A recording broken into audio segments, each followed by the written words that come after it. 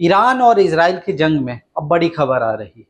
जो इजराइल अपने आयरन डोम की बुनियाद पर पूरी दुनिया में भौकाली दिखाता था, उसकी भौकाली खत्म हो चुकी है। जो अमेरिका अपने आप को विश्व गुरु, सबसे बड़ी शक्ति, ये सब बातें करता था, उसकी भौकाली भी खत्म। सोच कर देखिए, एक ऐसा देश जिसके बारे में किसी को मालूम नहीं था, सब उसको अंडरडॉग समझ रहे थे, सब उसके बारे में कह रहे थे ये अमेरिका का क्या कर लेगा, इजराइल का क्या कर लेगा, उसी देश ने, उसी ईरान ने अमेरिका और इजराइल के पूरे भौकाल को एकदम नेस्ते नाबूद कर दिया है। अब खबर ये आ रही है कि इजराइल और अमेरिका दोनों ने ईरान को सीज फायर के लिए न्योता भेजा है। सीज फायर का ऐलान किया डोनाल्ड ट्रंप ने। इजराइल ने फौरन कहा कि नहीं पापा, आप जो बोलेंगे हम मानने को तैयार हैं। मगर दूसरी तरफ ईरान की तरफ से कोई हामी नहीं आई है। ईरान ने बाकायदा दोपहर में इजराइल में हमला भी किया, और हमला करने में खबर ये आ रही है कि वहां पर 8 लोग मारे भी गए और 70 के करीब लोग जख्मी हुए हैं। इस पूरे मामले में 2-3 चीजें समझ लीजिए। उसके बाद भारतीय परिदृश्य को भी समझ लीजिए कि हमारे यहाँ के भी कुछ लोग हैं जो फालतू में बेगानी शादी में अब्दुल्ला दीवाना अल्लाह उनका हाल हो रखा है। मामला ये है कि जिस ईरान के बारे में पूरे मध्य पूर्व, पश्चिमी ताकतें और अमेरिका को इस बात का भ्रम था कि इसे हम इराक की तरह खत्म कर देंगे, उनका यह भ्रम टूट चुका है। जो इजराइल अपने डिफेंस सिस्टम के नाम पर, अपने आयरन डोम के नाम पर पूरी दुनिया में डंका पीटता था, वो डंका खत्म हो चुका है। जो ईरान कहता था, जो अमेरिका कहता था कि हम बहुत ताकतवर हैं, हमसे कोई नहीं भिड़ सकता, ईरान ने दिखा दिया है कि आप कितने भी ताकतवर हों, हम आपका मुकाबला करेंगे। और उनके इस मुकाबले की वजह से बाकी देश भी अब अमेरिका की इस पूरी तानाशाही, डॉलर की जो मोनोपोली है, उसके खिलाफ खड़े हो जाएंगे। इन चीजों को समझने के बाद कुछ चीजें और समझिए। लोगों को लगता था ईरान और इजराइल की जो जंग है वो इन दो देशों तक ही सीमित रहेगी, मगर मैं पहले भी कहता था और ये बात कल रात साबित भी हो गई है कि ईरान और इजराइल के अंदर ज्यादा जंग बढ़ेगी और अमेरिका की इसमें एंट्री होगी। तो यह मानकर चलिए कि ईरान अमेरिका के मध्य पूर्व के सभी सैन्य अड्डों पर हमला करेगा, और ये रात में कल साबित भी हुआ। उसने सबसे पहले सबसे बड़े अमेरिका के मिलिट्री बेस अल उदीद पर, कतर में जो स्थित है, उस पर हमला किया, मिसाइलों से हमला किया। ये बाकायदा एक मैसेज था मध्य पूर्व के सभी अरब देशों के लिए, इजराइल के लिए और अमेरिका के लिए कि आप हमें हल्के में मत लीजिए। हम न्यूयॉर्क, वॉशिंगटन को अगर नहीं टारगेट कर सकते तो हम अगल बगल में जो आपने यूएई में बेस बना रखा है, सऊदी में बेस बना रखा है, कतर में बेस बना रखा है, बहरीन में, कुवैत में, उन सब पर हमला करेंगे।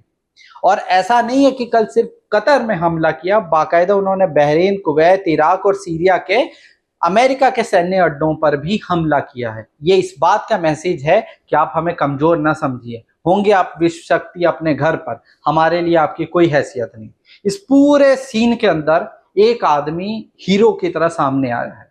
लोग कहते हैं कि नौजवान किसी चीज को लीड करते हैं, नौजवान ही सब कुछ कर देते हैं, मगर एक 86 साल का बुजुर्ग, जिसे ईरान के लोग अपना सर्वोच्च नेता कहते हैं, आयतुल्ला अली खामनेई ने बाकायदा दिखा दिया है कि अगर नेतृत्व मजबूत हो तो वो किसी के भी सामने अपनी हर बात को मनवा सकता है। जरूरी नहीं है कि हर दाढ़ी वाला कमजोर हो, कभी कभी दाढ़ी वाला पलटवार भी कर देता है। वही ईरान के मामले में हुआ है। दूसरी बात, इस मामले में याद रखिएगा कि गल्फ रीजन के अंदर जो अभी तक मल्टीपल तरह की बातें होती थी या पावर स्ट्रक्चर कई जगह पर था, वो अब सेंट्रिक हो गया है।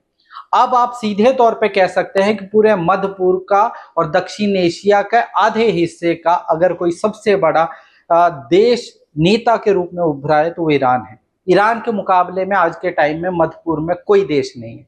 अब ईरान इन सब में उभर के सामने आया है। ऐसा समझ लीजिए कि इस रीजन का, मिडल ईस्ट का, जीसीसी का सबसे बड़ा कंट्री और नेता के तौर पे या बॉस के रूप में ईरान उभर कर आएगा। एक चीज और जो सबसे इंपॉर्टेंट है, जिस बहाने को बनाकर इजराइल और अमेरिका ने प्रायोजित तौर पर ईरान के ऊपर हमला किया था, अब उस बात की फुल गारंटी है कि ईरान को अब कोई रोक नहीं सकता। दुनिया की कोई ताकत ईरान को अब परमाणु शक्ति बनने से नहीं रोक पाएगी। और इस बात की भी गारंटी है कि जिस दिन ईरान परमाणु शक्ति बना, पीछे से सऊदी अरब, यूएई, कतर, बहरीन सारी कंट्रियां परमाणु शक्ति बनेंगी। और अगर ये रीजन परमाणु शक्ति बना तो अमेरिका की जो मोनोपोली है, अमेरिका जो इस रीजन को अपने बाप की जागीर समझता है, वो खत्म हो जाएगी। इस पूरे रीजन में अभी ट्रंप जब कतर में, सऊदी में और यूएई में डिफेंस डील के लिए गए थे, तो उस डिफेंस डील में सोचिए सिर्फ शॉर्ट टर्म के अंदर उस बंदे ने $400 बिलियन का सौदा करके आया था। $400 बिलियन का जो सौदा है वो खत्म होगा। अब ये मान के चलिए कि जितनी कंट्री है वो अपने आप को मिलिट्री के तौर पे ताकतवर करेंगी और ईरान का हमला उनके इस अंदेशे को और बढ़ाएगा। अमेरिका जो सोचता है कि वो शांति के नाम पे, पीस के नाम पे कहीं भी बम गिरा देगा, उसकी उन चीजों को बाकायदा झटका लगा है। एक और खास बात जो मुझे लगता है कि इसमें जान लेनी चाहिए, ईरान अकेला नहीं है। इस बात को अपने दिमाग में, दिल में बैठा लीजिए कि ईरान इस जंग के अंदर अकेला नहीं है, रूस पूरी तरीके से शामिल है। अगर रूस शामिल नहीं होता तो अमेरिका इतने बैकफुट पर नहीं आता। अमेरिका ने जब ईरान पर हमला किया तो उसके परमाणु संयंत्र से यूरेनियम का जो भी भंडार था उन्होंने पहले ही हटा लिया। ये नहीं मुमकिन है कि किसी वैश्विक शक्ति के बिना रडार की या पूरी जो इंफॉर्मेशन है वो पहले से किसी को मिल जाए। इसलिए ये मान के चलिए कि इस जंग के अंदर लड़ तो चाहे ईरान और इजराइल रहे, मगर लड़ाई दो महाशक्तियों के बीच में हो रही है। एक तरफ अमेरिका है, दूसरी तरफ रशिया है। तो कुल मिला के इस पूरे सीन के अंदर ये बात समझ में आई है कि अमेरिका और इजराइल ने बाप बेटे की तरह जो ईरान को हल्के में लेकर हमला कर दिया था, ईरान उस हमले के बाद से बड़ा चेहरा उभर के आया, एक शक्ति के रूप में उभर के आया।